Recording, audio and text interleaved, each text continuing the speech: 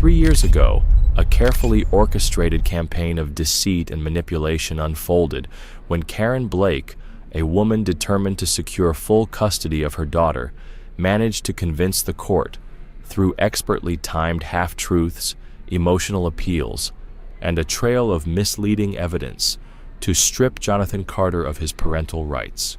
The headlines at the time decried Jonathan as an absentee father whose alleged neglect had endangered his child, while Karen's tearful testimony painted her as the courageous single mother fighting to protect her little girl from harm. For years, Jonathan felt powerless, his pleas drowned out by the narrative that Karen and her legal team had woven so convincingly, until last month, when a judge finally granted him the long-sought chance to have his case reheard.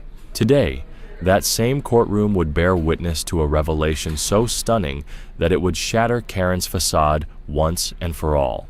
Before we dive into every jaw-dropping detail, comment below with where you're watching from and hit subscribe if you're as hooked on these true-life stories as I am. On a crisp morning that carried a hint of spring in the air, 12-year-old Julia Carter arrived at the towering marble steps of the courthouse, her small frame tucked into an oversized designer coat that only emphasized how she'd been made to feel, like a prop in her mother's legal playbook.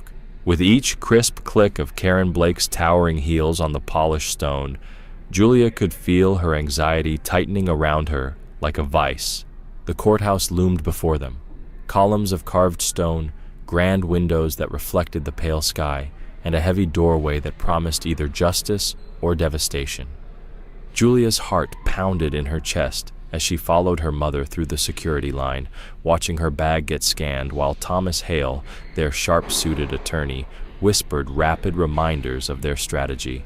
"We'll attribute every minor setback to the progression of your leukemia, not to any failure on your mother's part," he said, voice low but firm. Karen's impatient tapping on her designer purse signaled that she'd heard every word at least a dozen times, but she needed the reinforcement. Just as they passed through the metal detectors, the X-ray technician frowned. "Ma'am, I need to inspect your bag," he said, gesturing to a small metallic flask glinting among the purse's contents. Karen's cheeks flushed as he removed it. "You can't bring that in," he stated, turning to Thomas. The lawyer's jaw clenched imperceptibly, but he kept his expression neutral as they moved on through the scanners. Once clear, he paused Karen in a quiet alcove. "Alcohol in court," he hissed. "What were you thinking?" Karen tossed her blonde hair back defiantly. "I simply forgot it was there," she snapped, refusing to admit that nerves might have driven her to pack a flask. Thomas pinched the bridge of his nose. "And your outfit, flashy accessories and a bright coat, only reinforce the judge's perception of you as self-absorbed. We need humility, composure." Karen rolled her eyes, but said nothing, instead redirecting her ire at Julia. "Did you hear Mr. Hale? Stay silent when they call your name. Let the adults handle everything." As Julia repeated the order in a hushed voice, her attention drifted to the crowded hallway beyond the courtroom doors. Lawyers adjusting ties, clerks shuffling files, and families clutching tissues and water, bottles bracing for whatever verdict might come next. Then, through the throng, she saw him, Jonathan Carter, stepping into the foyer with calm purpose, a figure of fatherly love at odds with the image painted of him 3 years prior. He wore a neatly tailored suit, his hair cut close and face freshly shaven, and at his side walked a younger attorney whose confident stride matched his own. Their eyes met, Julia's gaze locking onto his, and in that instant, time seemed to slow.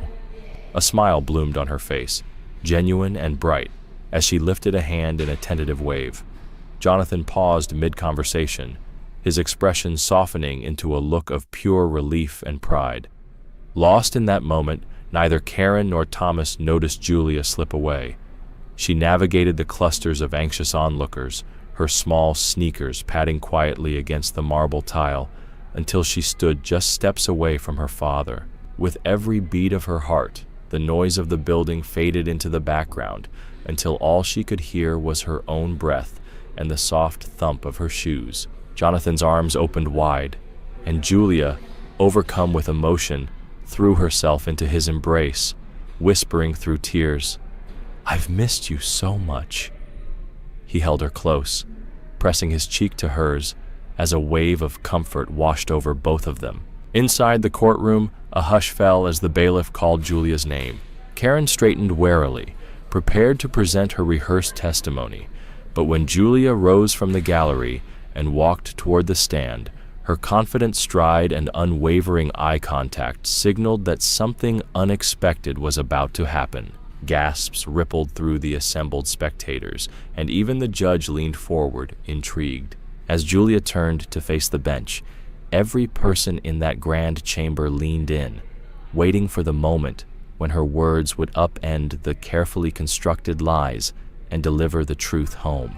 3 years ago, Karen Blake wove a tangled web of half-truths and carefully timed misdirections that convinced a judge to sign away Jonathan Carter's parental rights. Newspapers splashed sensational headlines about a father too irresponsible to care for his own child, while Karen's tearful testimony cast her as the devoted single mom fighting to shield her daughter from harm.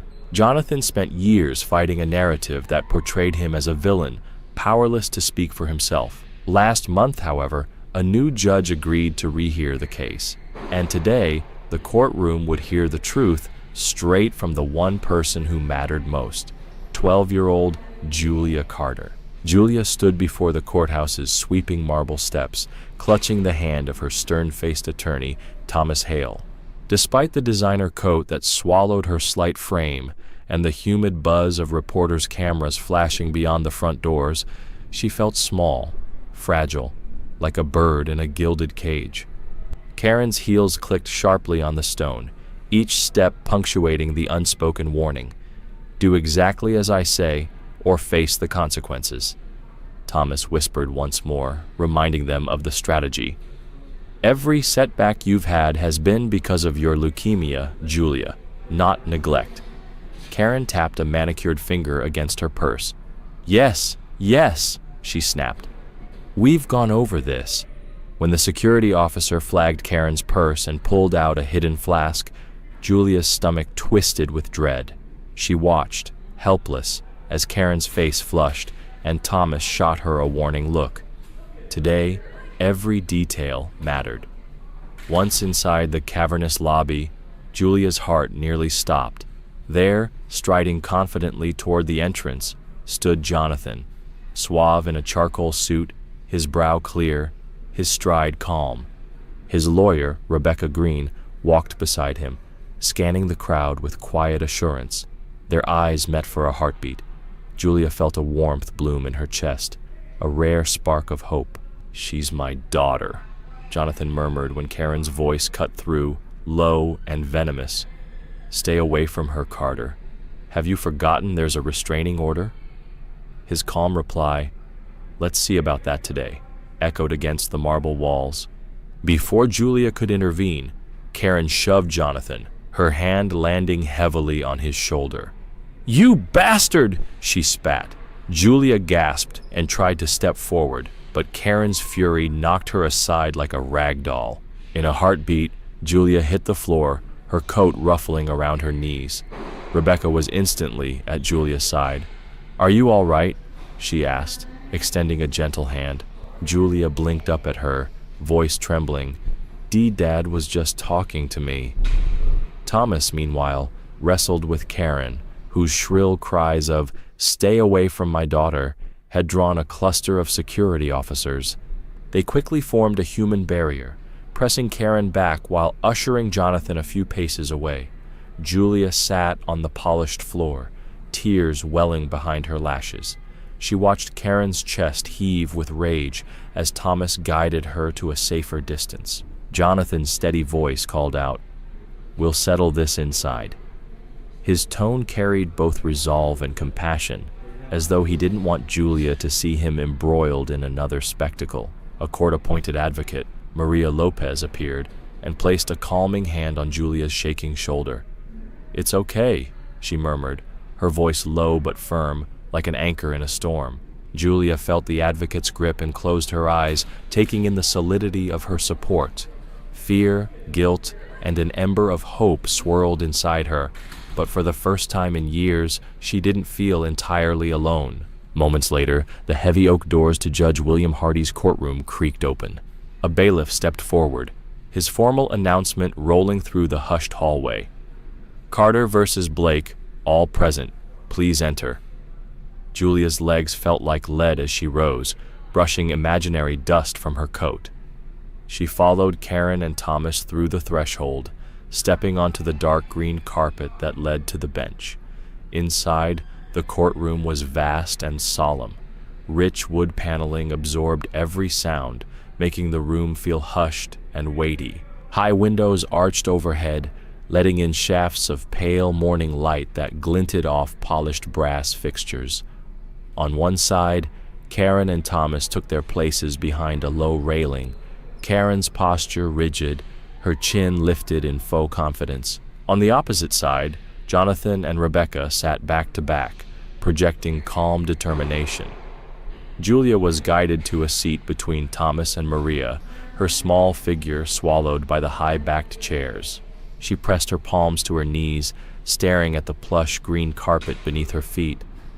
Her gaze flicked between her parents, Karen's eyes blazing with contempt, Jonathan's gentle nod offering reassurance, and she felt her throat tighten. A solemn hush fell as the bailiff intoned, "All rise," and Judge Hardy strode in. His robe swished softly around him, and his lined face reflected decades of adjudicating family disputes. He carried an air of meticulous fairness, exactly what Julia needed. As he settled behind the bench, he regarded both sides with inscrutable eyes. "Please be seated," he said, voice steady. Karen gave a stiff nod. Thomas whispered something urgent, and Maria squeezed Julia's hand. Jonathan exhaled, fingertips brushing her shoulder in a silent promise. "I'm here." Julia closed her eyes for a moment and drew a breath as deep as she could manage. Today, she would finally tell her own story, and when the judge asked her to address the court, her words would unravel the lies that had kept her so long from the father she loved. There, beneath the gavel's watchful presence, the real trial was about to begin. Judge Hardy took his seat, his gaze sweeping over everyone assembled before him, before lingering briefly on Julia's small, anxious figure. "Be seated," he ordered, his tone authoritative, yet not unkind. As the courtroom settled into a tense hush, he continued, "We are here today in the matter of Carter versus Blake, a petition to modify the existing custody arrangement for the minor child, Julia Carter. Let me remind everyone that the sole purpose of these proceedings is to determine what is in the best interest of the child. I expect all parties to conduct themselves with the decorum this serious matter demands." He paused, letting the weight of his words sink in, then turned to the attorneys. "Counselors, are you ready to proceed?" Both Thomas Hale and Rebecca Green nodded crisply. "Very well." Judge Hardy tapped a few keys on his keyboard, bringing up the case file on the monitor behind him. "For the record, Mr. Carter and Ms. Blake were divorced 3 years ago. Full custody of their daughter Julia was granted to Ms. Blake, with Mr. Carter's visitation rights severely curtailed amid allegations of emotional instability and neglect. Is that an accurate summary? Rebecca spoke first. Yes, Your Honor, but those initial findings were based on incomplete and misleading information. My client, Mr. Carter, now brings new evidence that calls into question the veracity of those claims. And you, Mr. Hale? The judge asked, looking over his spectacles. Indeed, Your Honor, Thomas replied smoothly. We maintain that Ms. Blake's actions throughout the past 3 years have been in Julia's best interest, especially given her ongoing battle with leukemia. All medical issues stem from that condition, not from any parental negligence. Judge Hardy nodded. Understood. We will hear all the evidence in its proper order. Let's begin with opening statements. Miss Green, as the petitioner, you may go first. Rebecca stood, her posture straight and commanding. She addressed the bench directly, voice clear and unwavering. Your Honor, throughout these proceedings, the focus must remain on Julia's welfare. We will demonstrate that Ms. Blake not only misallocated substantial child support funds, monies expressly intended for Julia's medical care and day-to-day needs, but also engaged in a pattern of emotional manipulation that has harmed Julia's well-being. We possess detailed financial records showing that thousands of dollars from Mr. Carter's support payments were diverted to luxury purchases and vacations that never included his daughter. Today, we seek not only to restore Mr. Carter's rightful place in Julia's life, but to protect her from further neglect. As Rebecca spoke, Julia's gaze shifted between her mother, whose rigid posture grew more taut with every word, and her father, whose calm presence seemed to anchor her fluttering heart. Judge Hardy listened with a neutral expression, though his eyes briefly flickered to Julia as though searching for her reaction. When Rebecca finished, Judge Hardy turned to Thomas. Mr. Hale, your opening statement, please. Thomas rose and smoothed his tie. Thank you, Your Honor. This case is not about judgment or blame. It is about context and truth. Ms. Blake has faced immense challenges as a single mother caring for a child with a life-threatening illness. Any financial shortfalls you'll hear about today are a result of discontinuous administrative delays, third-party miscommunications, or the sporadic generosity of concerned friends who stepped in to help. My client has always used the funds he received to cover Julia's extensive medical treatments, even fronting additional costs when necessary. Mr. Carter's petition is fundamentally an attempt to rewrite a decision this court has already rendered, disrupting the stable home environment Julia has known for years. We will show that the narrative painted by the petitioner's team is built on half-truths, not facts. Across the aisle, Jonathan permitted himself a subtle nod of agreement. Julia, seated between Thomas and her court-appointed advocate Maria Lopez, felt the room tilt slightly under the weight of their competing claims. Judge Hardy's gavel came down lightly. Thank you, counselors. We will now move to the presentation of evidence. Miss Green, you may call your first witness. Rebecca turned toward the witness stand. Your Honor, I call Mr. Daniel Forrester, a certified forensic accountant. A tall, stern-looking man took the stand and raised his right hand. After being sworn in, he positioned himself at the microphone. Julia watched her mother's knuckles white-knuckle the edge of the table as Mr. Forrester cleared his throat. Mr. Forrester, Rebecca began, please summarize for the court what you discovered when you examined the financial records pertaining to Julia Carter. For the record, the accountant replied, his tone dry and methodical. I reviewed bank statements, credit card ledgers, and other relevant financial documents obtained via subpoena. My analysis revealed a consistent pattern of funds earmarked for Julia's care being diverted to Ms. Blake's personal expenditures. For example, in the first quarter of 2022, $12,000 designated for Julia's chemotherapy treatments was instead used to purchase designer handbags and cover costs of a week-long vacation to Napa Valley, none of which included Ms. Carter. He gestured to the large screen, which displayed a series of spreadsheets highlighting dates, merchants, and amounts. Furthermore, Mr. Forrester continued, I found multiple instances where Julia's actual medical bills were paid late or by unrelated third parties, despite Mr. Carter's payments being made promptly and in full. These delays resulted in added fees and, in some cases, rescheduled treatments. As he spoke, murmurs rippled through the gallery. Even Judge Hardy's expression tightened ever so slightly. Julia felt her chest constrict. Was this really happening? Tomorrow's verdict would hinge on how these numbers were interpreted. But for the first time in years, Julia sensed the possibility that the truth might finally see the light of day. Julia sank deeper into her chair, her gaze flicking anxiously between her parents as the courtroom air grew heavier with every revelation. Jonathan sat rigid but unyielding, his eyes reflecting a turmoil of anger and sorrow while he listened to the forensic accountant's damning evidence. Thousands of dollars meant for Julia's medical care spent on designer clothes, lavish getaways, and high-end liquor. When Rebecca called Maria Thompson, Julia's court-appointed advocate, to the stand, the room leaned in to hear what she had uncovered. With calm determination, Maria described Julia's own words: lonely afternoons left unsupervised, skipped meals, and a constant undercurrent of fear whenever her mother's mood turned dark, especially after drinking at the dinner table. The image of a terrified 12-year-old locked in a room for spilling milk painted a chilling portrait of life behind closed doors. As Maria spoke, Julia felt her chest tighten, her small shoulders drawing inward, as though every truth Maria revealed pressed down upon her. When the private investigator took the stand next, the atmosphere grew even more charged. One by one, photographs and video clips flashed on the courtroom's large screen.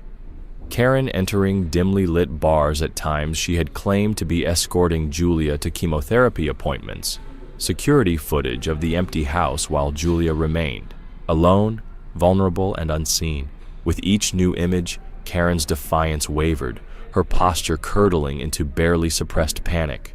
She rolled her eyes, exhaled long, sour breaths, and clenched her jaw until it ached, every muscle in her body taut with the fight-or-flight instinct. The parade of witnesses continued. Julia's psychologist testified to the mounting trauma etched into her voice. The counselor from school recounted the day Julia confessed that mom can be scary, only to huddle silent in fear of retribution. The counselor spoke of canceled appointments, stifled, tearful pleas, and a once bright girl retreating into herself, her laughter extinguished by the unpredictable storms of her mother's anger. Throughout it all, Julia sat motionless, her head bowed, as if the weight of her own story was too heavy to bear. The courtroom, once alive with whispers and shifting stances, seemed to contract around her, leaving her feeling even smaller, infinitely alone. Finally, unable to contain herself, Karen exploded. She sprang to her feet with such sudden force that her chair screeched across the polished floor. "This is a conspiracy!" she shrieked, her voice laced with venom. "Jonathan and his lawyer have been stalking me, inventing lies!" Pandemonium erupted. Thomas tried in vain to calm her. Rebecca gripped Jonathan's arm to keep him from rising, and Judge Hardy's gavel slammed down with a crack that silenced the room immediately. "Order! This court will adjourn for a 20-minute recess. Counsel, ensure your clients are ready to proceed in an orderly manner when we reconvene." With that, the judge departed, leaving an echoing hush in his wake. Karen stormed out into the corridor, leaving Julia wide-eyed and trembling on the courtroom floor. Her mother's high stiletto heels clicked away until she was out of sight. After a moment's hesitation, Jonathan emerged, his own lawyer gently guiding him under the careful watch of security officers enforcing the restraining order. Seeing Julia alone, curled on the hard marble, he knelt before her, his heart wrenched by the sight of her vulnerability. "I'm so sorry I haven't been there," he whispered, voice thick with emotion. "But I promise, no matter what happens today, I will make this right." Julia's tear-filled eyes met his, and she managed a small, shaky nod. "It's so hard," she murmured, her voice barely audible. Jonathan closed the distance between them and gently gathered her into his arms, determined in that moment to protect her from the harshness of the world and to fight for her, always. Jonathan's voice stayed soft and comforting as he crouched beside her. "You're doing great, sweetheart. I know how hard this must be, but you're so brave." Julia looked up at him, hope flickering in her eyes. He chose each word with care. "If anything's ever wrong, if your mother ever hurts you, you can tell me. I will do everything I can to keep you safe and happy." Tears glistened in Julia's eyes, and she opened her mouth to reply, her hand drifting to the edge of her wig as if she might finally remove it and speak her truth. Before she could find the courage, Karen reappeared in the corridor, the sharp scent of cigarette smoke and stale alcohol clinging to her designer coat. Her face twisted with outrage. "What on earth do you think you're doing?" she snarled, storming toward them. "I left for 5 minutes, and you can't keep your hands off my daughter." She spun to glare at the nearby security guard. "Stop him! He's violating the restraining order!" she cried. Jonathan rose slowly, hands open in a placating gesture. "Karen, please, I was just checking on her. She's our daughter." "You don't get to call her that," Karen spat, her eyes blazing. "You lost that right." Security officers advanced, but Jonathan held up a finger. "Have you been drinking again?" he asked quietly, voice edged with disbelief. "How dare you!" Karen hissed, her fury exploding. "You're just trying to make me look bad." Their words ricocheted off the marble walls as the officers moved in to separate them. In that chaotic moment, Karen grabbed Julia's arm and dragged her toward the women's restroom. The door slammed shut behind them, leaving them alone in the sterile hallway. Inside, Karen's facade cracked. She pressed Julia against the cool tile wall, her voice low and dangerous. "How dare you!" she hissed, tears mingling with rage. "After everything I've done for you." Julia's own tears broke free, but this time she spoke up, her voice trembling but firm. "I miss him, Mom. Why can't we be a family again?" "You ungrateful child," Karen snarled. "Your father only acts nice now so he can take you away. Once you live with him, you'll see his true colors. He's a workaholic who won't have time for a stupid, ugly little girl like you." Julia, pushed beyond her breaking point, met her mother's eyes. "Even if Dad works a lot, it'd be better than being hit and humiliated every day." She swallowed hard. "And you are drinking again. I can smell it." The words hung in the air like a challenge. Karen's hand shot out, slapping Julia across the cheek. A hot sting bloomed where her palm connected, and a red mark bloomed on her pale skin. "Listen to me," Karen whispered, voice icy as granite. "If you say one more word about this in that courtroom, I'll make sure you never see either of us again. Now wash your face, cover that mark with powder, and wipe that look of pity off your face. We're going back in."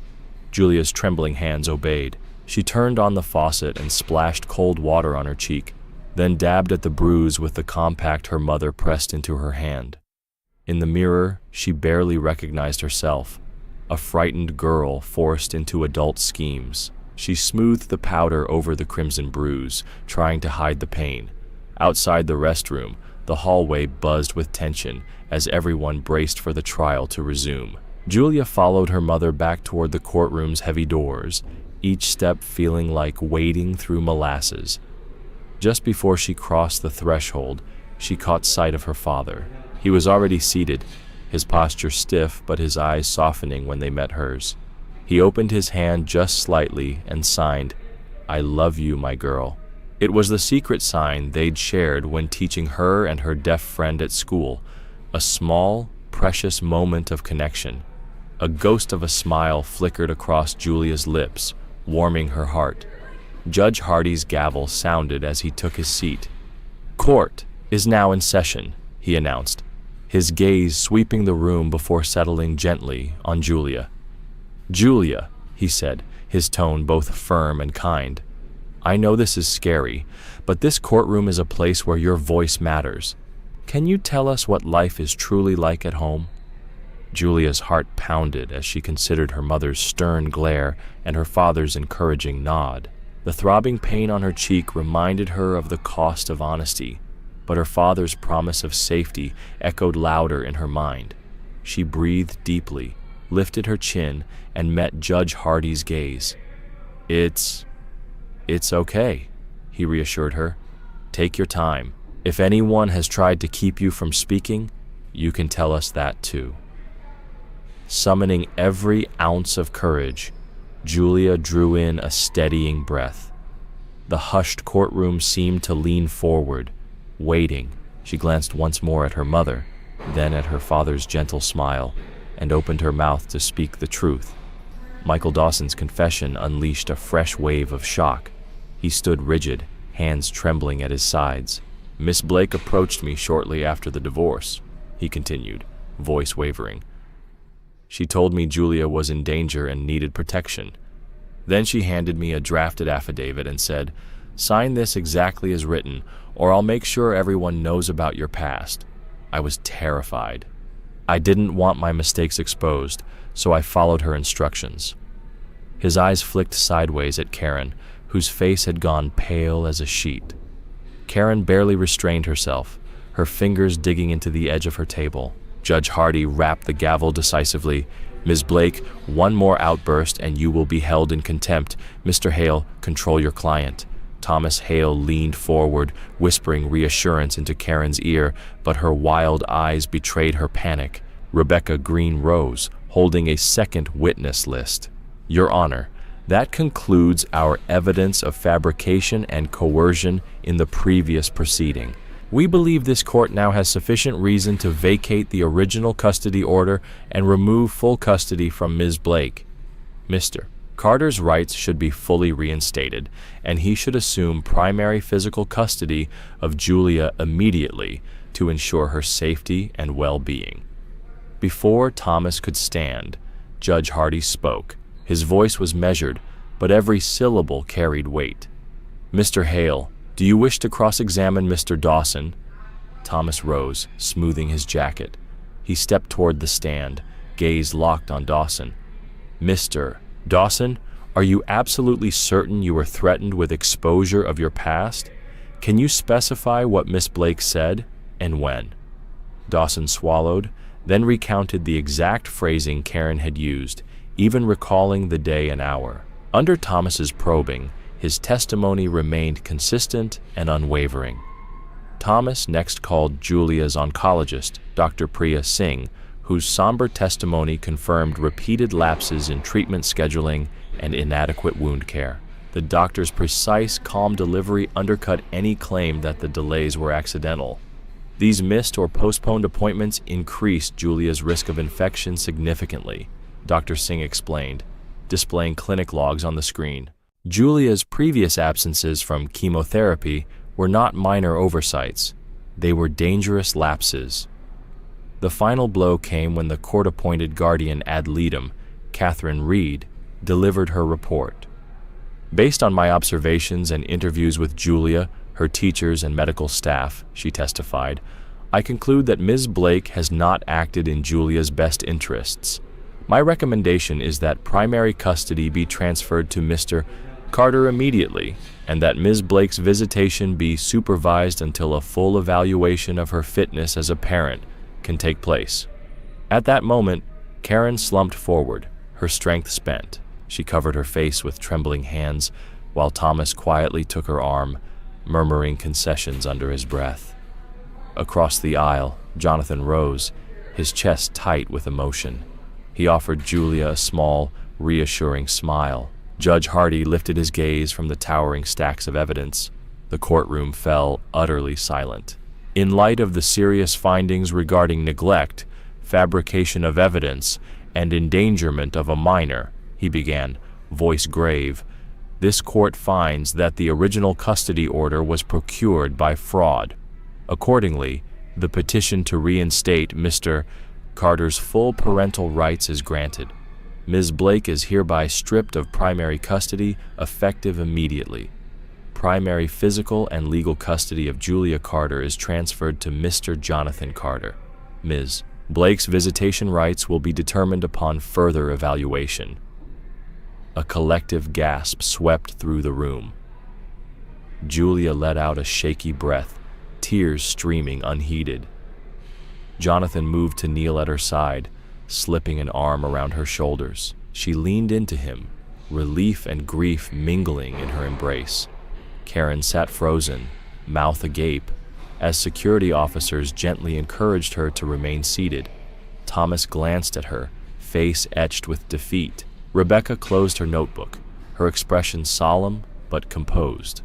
Outside the courtroom, reporters crowded the hallway, cameras flashing as the newly reunited father and daughter emerged. Jonathan held Julia protectively, already discussing quiet plans for her care with Rebecca.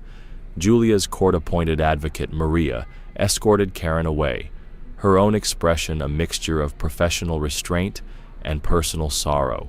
In the crowded lobby, Jonathan bent to Julia's height. "Are you all right?" he whispered, brushing a stray curl from her face.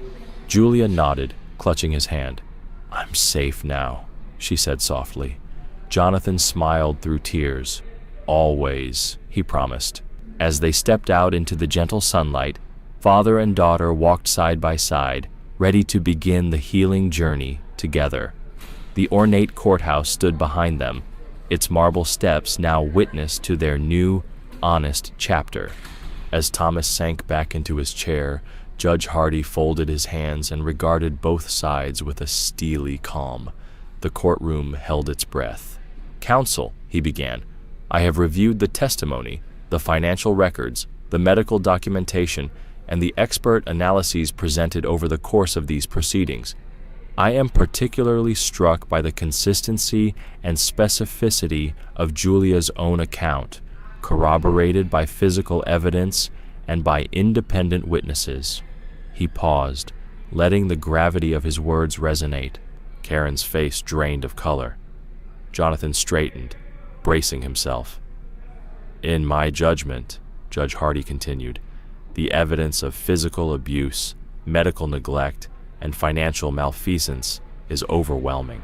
Moreover, the fabrication of evidence in the prior hearing constitutes a serious fraud upon this court." He fixed his gaze on Karen. "Ms. Blake, you have demonstrated behavior that endangers your child both physically and emotionally. Accordingly, I find it necessary to modify the existing custody order." A hush fell as the judge reached his decision. "Effective immediately, I grant primary physical and legal custody of Julia Carter to Mr. Jonathan Carter. Ms. Blake's visitation rights will be suspended pending a full psychological and parenting evaluation. This measure is taken to protect Julia's safety, her health, and her right to a stable, nurturing environment." At that moment, Julia's court-appointed advocate, Maria Thompson, whispered, "It's over, sweetheart." Relief washed over Julia's face. Across the aisle, Jonathan rose and crossed to embrace his daughter, whispering, "You're safe now." Tears welled in Karen's eyes as she sat, stunned, her credibility in ruins. Outside the courtroom, cameras flashed as Jonathan gently guided Julia down the marble steps. She leaned into him, clutching his hand. Reporters called out questions, but all she heard was her father's promise. "No more secrets, no more fear. We'll face everything together." As they stepped into the spring sunlight, Julia looked up at him and nodded, a small gesture that spoke volumes. Though the journey ahead would include healing and therapy, the worst was behind them. In that moment, a new chapter began, one defined by truth, by love, and by the unwavering bond between a father and his brave little girl. Jonathan offered warm smiles to each of the professionals who had stood by Julia's side, her private investigator, the school officials, the nurses, and doctors, thanking them personally for their courage and dedication. "It was truly my honor to help Mr. Carter," one hospital social worker said quietly. "Julia's bravery made our work so much easier." Next, Jonathan turned to Maria Thompson, Julia's court-appointed advocate, and to the child psychologist who had documented the young girl's trauma. The psychologist stepped forward, offering her business card. "Julia is going to need ongoing emotional support," she said gently, her voice soft but earnest. "If you ever need guidance or additional resources, please don't hesitate to call." Jonathan accepted the card with a grateful nod, already tucking it safely into his pocket. All the while, he kept a protective arm securely around Julia's shoulders. The swirl of paperwork Rebecca handed him, custody orders, medical release forms, school re-enrollment documents, and a certified copy of the restraining order, felt heavy in his hands, but also full of promise. "Here's everything you'll need for the weeks ahead," Rebecca explained, tapping the thick folder. I've also included contact details for the guardian ad litem, Marilyn Lawson, who will oversee Julia's transition. Moments later, Marilyn herself appeared, a calm, kindly woman in her 50s, whose gentle presence immediately put Julia at ease. "Mr. Carter, Julia, I'm Marilyn Lawson," she introduced herself with a warm smile. "I'll be checking in regularly to make sure your daughter's getting the care she needs, both medically and emotionally. Let's talk about next steps."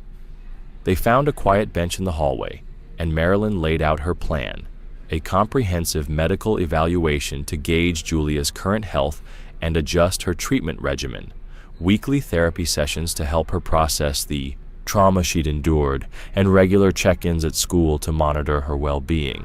Julia listened intently, her grip on her father's hand tightening. Jonathan nodded resolutely.